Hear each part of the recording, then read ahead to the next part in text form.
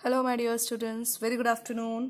Last हम लोगों ने क्लास में क्या देखा था बेटा? Water pollution and water pollution के इफेक्ट्स, प्लस हमें वाटर पोल्यूशन को कैसे प्रिवेंट करना चाहिए, ठीक है, हमें कैसे उससे बचना चाहिए, क्यों हमें वाटर पोल्यूट को एक्स्ट्रा वाटर पोल्यूट नहीं करना चाहिए, ये सब हमने देखा था। नाउ अब वाटर का प्यूरिफिकेशन देख लेते हैं। वाटर का प्यूरिफिकेशन टॉपिक पढ़ने की जरूरत क्या आई बेटा?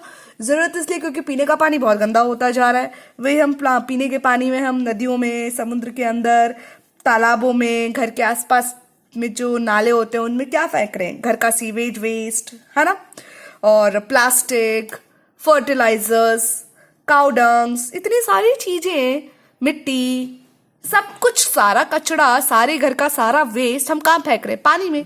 पानी में अगर हम फेंकेंगे और वही पानी जो कि यूजफुल वाटर है, जो कि फ्लो हो रहा है पॉन्ड्स में, लेक्स में, रिवर्स में, अंडरग्राउंड वाटर है, अगर वो गंदा होगा बेटा तो पीने के लिए पानी तो चाहिए, और पीने के लिए पानी चाहिए तो इसका मतलब हमें उसको प्यूरिफाई करना पड़ेगा। क्लियर है? तो प्यूरिफिकेशन ऑफ वाटर के 3 मेथड्स आपके सामने हैं, that is sedimentation, filtration, disinfection. ठीक है, सेडिमेंटेशन का मतलब क्या होता है? सेडिमेंट का मतलब होता है जमना। आप मिट्टी लो, एक वाटर ग्लास जार के अंदर मिट्टी भर दो, ठीक है, तो आप देखना कि जो हैवी पार्टिकल्स होंगे वो नीचे की तरफ सस्पेंड हो जाएंगे, और जो लाइट पार्टिकल्स है वो ग्लास में ऊपर की तरफ आपको दिखाई देंगे। क्यों? This is called sedimentation. Sediment होना, जमना, जो भारी पार्टिकल्स है वो पानी में नीचे जम जाते हैं।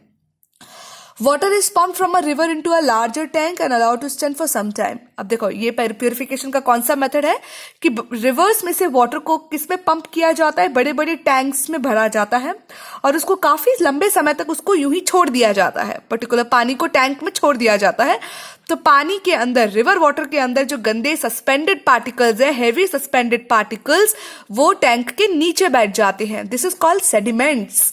ठीक है, this process is called sedimentation. और जो अपर लेयर होती है पानी की, वो बहुत ही ज्यादा फाइन होती है, क्योंकि उसमें कोई भी सस्पेंडेड पार्टिकल्स नहीं होते, क्योंकि सारे के सारे heavy harmful suspended polluted particles नीचे बैठ गए। ऊपर वाले वाटर को क्या कर लिया जाता है? फिल्ट्रेट कर दिया जाता है। ठीक है, दूसरे चैम्बर में ले आते हैं। नाउ दूसरा मेथड कौन सा हुआ? फिल्ट्रेशन। सेडिमेंटेशन करने के बाद में वाटर को फिल्टर्ड किया जाता है, बहुत सारी थिक लेयर्स के बीच में से लेकर जाया जाता है। अब वो लेयर्स किसकी बनी होती है बेटा? सैंड और ग्रेवल की। ठीक है, पोर्टेबल वाटर हमने पढ़ा है ना। पोर्टेबल वाटर के अंदर क्या करते हैं? मटके के अंदर क्या करते हैं? पत्थर भर देते हैं, मिट्टी भर देते हैं, और उसमें से पानी को क्या होने देते हैं? फिल्टर होने देते हैं। तो गंदगी पानी की मिट्टी के ऊपर रह जाती है, और मटके के नीचे से जो पानी टपकता है वो कैसा होता है? बहुत ही क्लियर, बहुत ही क्रिस्टल क्लियर प्योर वाटर होता है। तो सेडिमेंटेशन करने के बाद में अभी भी कुछ ना कुछ इंप्योरिटीज पानी में रह जाती हैं, तो फिल्ट्रेशन प्रोसेस में क्या करेंगे? वाटर को फिल्टर्ड करेंगे। बहुत सारी इस तरीके से लेयर्स बनी हुई होती है, एक के बाद एक के बाद एक के बाद लेयर, किसकी? सैंड की और ग्रेवल्स। ग्रेवल्स क्या होते हैं? थोड़े बड़े बड़े पत्थर। तो जो थोड़े बहुत जो सस्पेंडेड पार्टिकल्स हैं, अब वो यहां पे रह जाएंगे।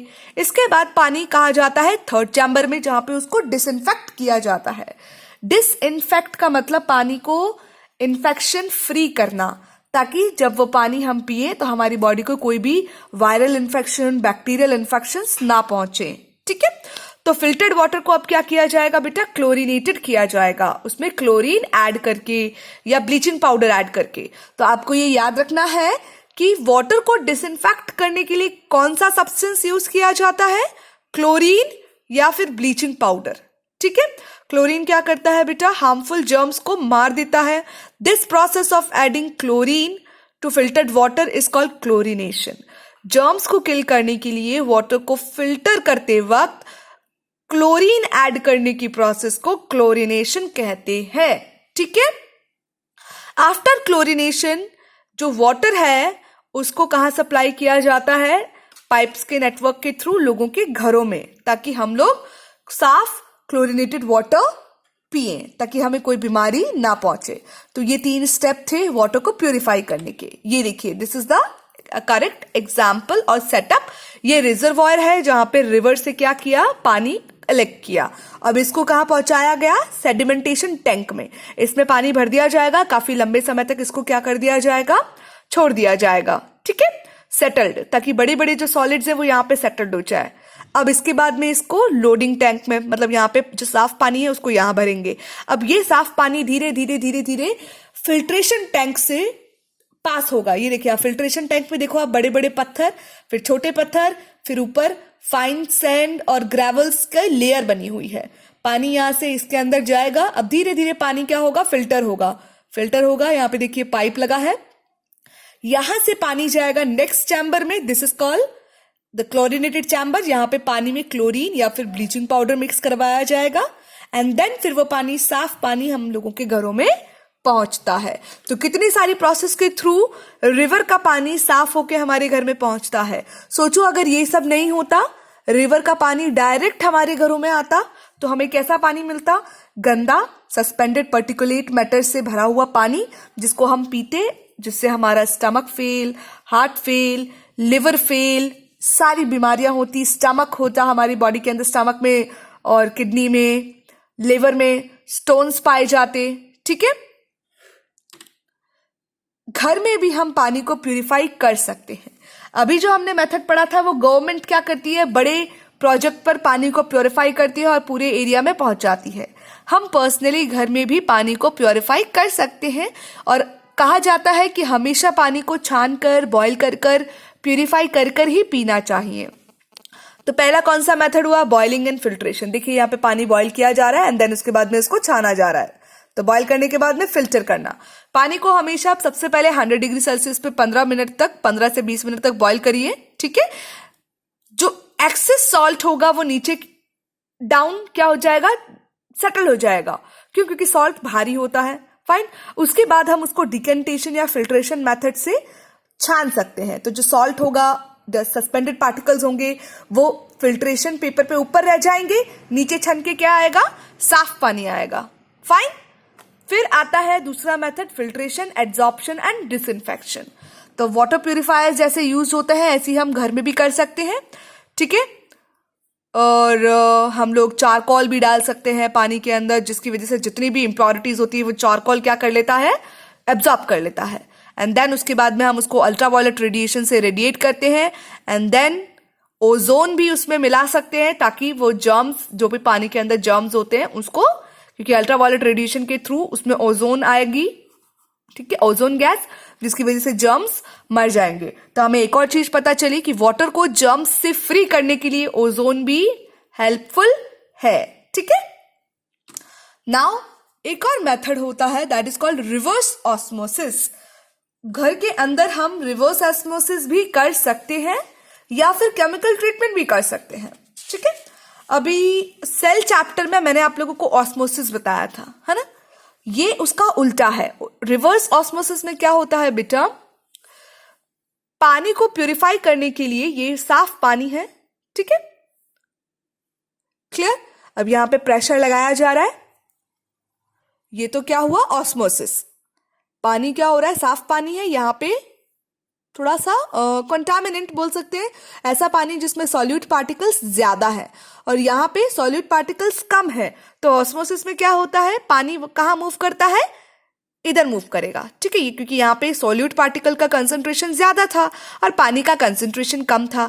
यहाँ पे पानी का कंसंट्रेशन ज्यादा है और सॉल्यूट पार्टिकल का कंसंट्रेशन कम है, तो वाटर मूव करेगा from higher concentration to lower concentration. ये ऑस्मोसिस है। ठीक है, लेकिन रिवर्स ऑस्मोसिस में हम देखो उल्टा कर रहे हैं। यहाँ पे है गंदा पानी। ठीक है, अब इस गंदे पानी में क्या लगवाया जा रहा है, प्रेशर लगवाया जा रहा है, जिसकी वजह से ये बीच में सेमी परमिएबल मेम्ब्रेन होती है। अब यहां से सिर्फ और सिर्फ साफ पानी ही यहां जा सकता है, unwanted particles semi permeable membrane से पास आउट नहीं हो सकते। तो घर में भी हम इस तरीके की पानी को छानने के लिए सेमी परमिएबल मेम्ब्रेन यूज कर सकते हैं और पानी के ऊपर प्रेशर अप्लाई करेंगे, जिससे जितने भी इम्प्योर वाटर है वो इस साइड रह जाएगा और प्योर वाटर सारा मेम्ब्रेन से छन के दूसरी साइड आ जाएगा। ठीक है, इस तरीके की जो रिवर्स ऑस्मोसिस का प्रोसेस है ये हमारे घर के अंदर आरओ वगैरह में मिलता है हमें। ठीक है बच्चों, केमिकल ट्रीटमेंट भी कर सकते हैं हम, जैसे बोरवेल वगैरह से जो पानी आता है हम उसको प्यूरिफाई कर सकते हैं, उसमें पोटेशियम परमैंगनेट या फिर ब्लीचिंग पाउडर डाल के, या फिर घर में भी हमें क्लोरीन की गोलियां मिल सकती है तो वो डाल के भी हम वाटर को प्यूरिफाई कर सकते हैं। बोरवेल मतलब जमीन के अंदर जो बोरवेल करी जाती है, ठीक है, बोरिंग करी जाती है, उसके थ्रू डायरेक्ट हमारे नल में पानी आता है जमीन के अंदर से। तो अंडरग्राउंड वाटर में भी कई सारे हार्मफुल मटेरियल्स हैं, हार्मफुल पार्टिकल्स हैं जिनको हमें डायरेक्ट नहीं पीना चाहिए। तो इट इज इंपॉर्टेंट कि उसमें हमें या तो पोटेशियम परमैंगनेट डाल दो पानी में, या फिर ब्लीचिंग पाउडर, या फिर क्लोरीन की गोलियां डाल दो, जिसकी वजह से पानी प्योर हो जाएगा। ठीक है, पानी को साफ करने के लिए बेटा गवर्नमेंट ने गंगा एक्शन प्लान बनाया था, the Ganga action plan for Ganga water, Ganga river. Ganga river हमें मालूम है इंडिया की मेजर रिवर है, जिसकी वजह से लार्ज अमाउंट के area, the large amount of state were nourished by the Ganga river water. ये जो गंगा एक्शन प्लान था बेटा श्री राजीव गांधी द्वारा लॉन्च किया गया था, फॉर्मर प्राइम मिनिस्टर थे वो इंडिया के, ऑन 14 जनवरी 1986। ठीक है, उनका मेन ऑब्जेक्टिव क्या था कि गंगा वाटर के अंदर जो इतना पोल्यूशन हो रहा है उसको खत्म करना। ठीक है, जितना भी domestic sewage, prevent toxic materials जो इसके अंदर मिलाया जा रहा था वो नहीं मिलाया जाए, कि भाई इंडस्ट्रीज में से निकलने वाला केमिकल वेस्ट, सीवेज वेस्ट कोई भी सीधा पानी में नहीं डाला जाएगा। ठीक है, उसको ट्रीट करके ही पानी में डाला जाएगा। गंगा के फर्स्ट फेज में क्या था कि वेस्ट वाटर को क्या करना है, डिफरेंट सिटीज जो है उत्तर प्रदेश, बिहार, वेस्ट बंगाल, वहां पे उसको जनरेट करना है, उसको डाइवर्ट करना है और उसको ट्रीट करना है। सेकेंड फेज में जो मेजर ट्रिब्यूटरीज थी गंगा की, मतलब गंगा से निकलने वाली जो और नदियां थी जैसे महानंदा, गोमती, दामोदर, उनको क्या करना है, पोल्यूशन से ट्रीट करना है। मतलब फर्स्ट फेज में इन जगहों पे जो गंगा वाटर जा रहा है पहले तो उसकी सफाई करनी है। सेकेंड फेज में गंगा की जो ट्रिब्यूटरीज है, महानंदा, गोमती, दामोदर, उनको क्या करना है, पोल्यूशन फ्री करना है। मतलब प्लास्टिक बैन वगैरह सब करना है, प्लास्टिक नहीं डालने देना है। लोग पूजा के लिए गंगा के किनारे जाते हैं तो प्लास्टिक्स लेकर जाते हैं, वो नहीं डालना है, गार्लेंड्स नहीं डालने हैं, पेपर नहीं डालना है। ठीक है, कुछ भी गंगा के पानी में नहीं डालना है, कुछ भी चीज डंप नहीं करनी है। कुछ मेजर कॉजेज हैं, ये सब रीजंस है बेटा जिसकी वजह से रिवर गंगा पोल्यूट होती जा रही है, जैसे कि म्युनिसिपल वेस्ट, सीवेज, घर से निकलने वाला जितना भी सीवेज वेस्ट है वो सीधा नदी में डाल दिया जाता है। इंडस्ट्रीज से निकलने वाला waste, run off solid waste, garbage dump, जो जितने भी गार्बेज वगैरह इकट्ठा किया जाता है उसको भी सीधा पानी में पटक देते थे। Half burnt and unburnt dead bodies, Ganga के घाट पे किनारे में डेड बॉडीज को क्या किया जाता है, या एनिमल्स की जो बॉडीज है वो बर्न होती है तो उनको हाफ बर्न्ट या अनबर्न्ट बॉडीज ही पानी में डिस्पोज कर दी जाती है।